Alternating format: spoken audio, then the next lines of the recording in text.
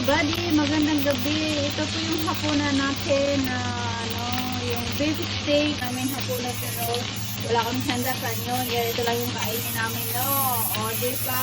Happy New Year, everyone!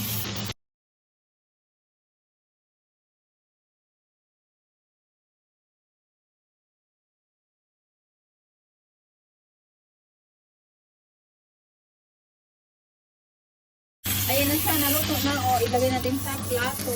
O, diba? O, yan yung blur. O, ayan yung akin. Ito. Yung ating, well done yan siya. O, ayun. Pagkain. O, diba? Yan mga kaibigan. Kain tayo. Ng hapunan. At saka may mushroom tayo. Ayan,